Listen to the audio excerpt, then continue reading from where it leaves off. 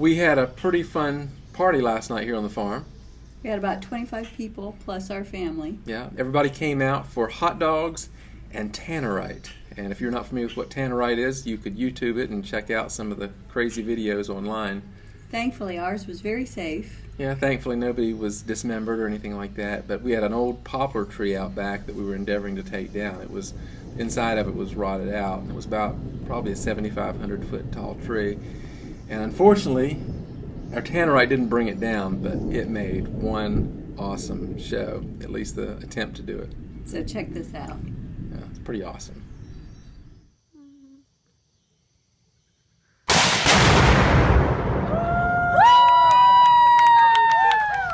That was pretty awesome. Especially if you're a guy. Man, I really like that. I wish the tree had come down, but it was pretty exciting. It was a good way to conclude the week.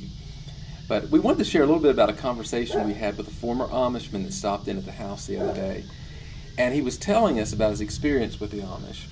And he said that they had rules for everything. And he said, of course, we broke those rules, but nonetheless, we had rules, and they did serve as a safety for us. But he said he came to the place in his life where he no longer wanted rules to be his safety. But he said he wanted Jesus to be his safety. Wow. And when he said that, it just really went off on the inside of me. We could certainly relate to that. It was just it was a powerful statement. It was. I grew up in a Mennonite church, and my dad grew up Amish. So I understand a little bit what he's talking about. But you know, it's not restricted to Amish and Mennonite. Any denomination can have their own set of rules that they're trying to live by. Yeah, I grew up, my home wasn't very strict in a real domineering sense, legalistic sense. But certainly my church experience was largely rule-based.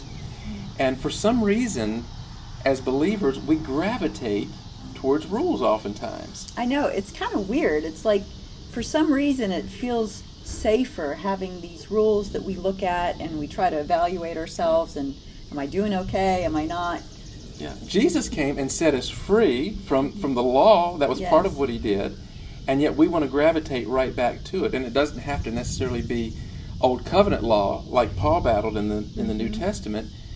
It can be laws that a particular group institute. It can be self-imposed laws that we put on ourselves.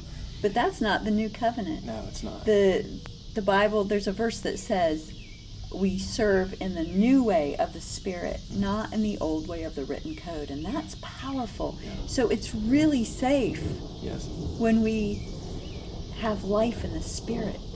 That's the safest place to be. Yeah, it's real freedom. It really is. It is life. And that's why Paul said, it's for freedom that Christ has set us free. Stand firm in that That's true. freedom and don't be burdened again by a yoke of slavery. Yeah, it was a constant battle for him. In his writings, we see that. I think in Colossians he talked about that, and he talked about touch not, taste not, handle not. That sounded a lot like the church I grew up in to some extent. And Paul said, that looks good on the surface, but it's really nothing more than man-made religion, and it's of no value. Wow.